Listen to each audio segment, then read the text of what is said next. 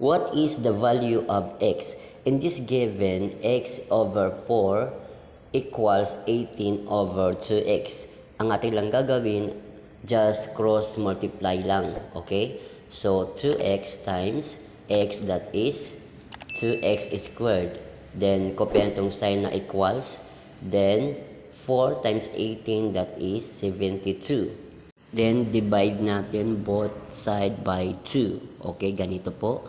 So, dito, eliminate na yung 2. Yung x na lang, squared na titira. Then, equals.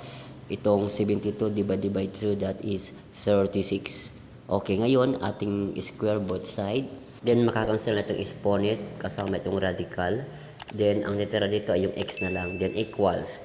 Itong 36, ito ay perfect square. So, square root of 36, that is 6. So, itong final answer, x equals 6. Try this one. Comment your answer.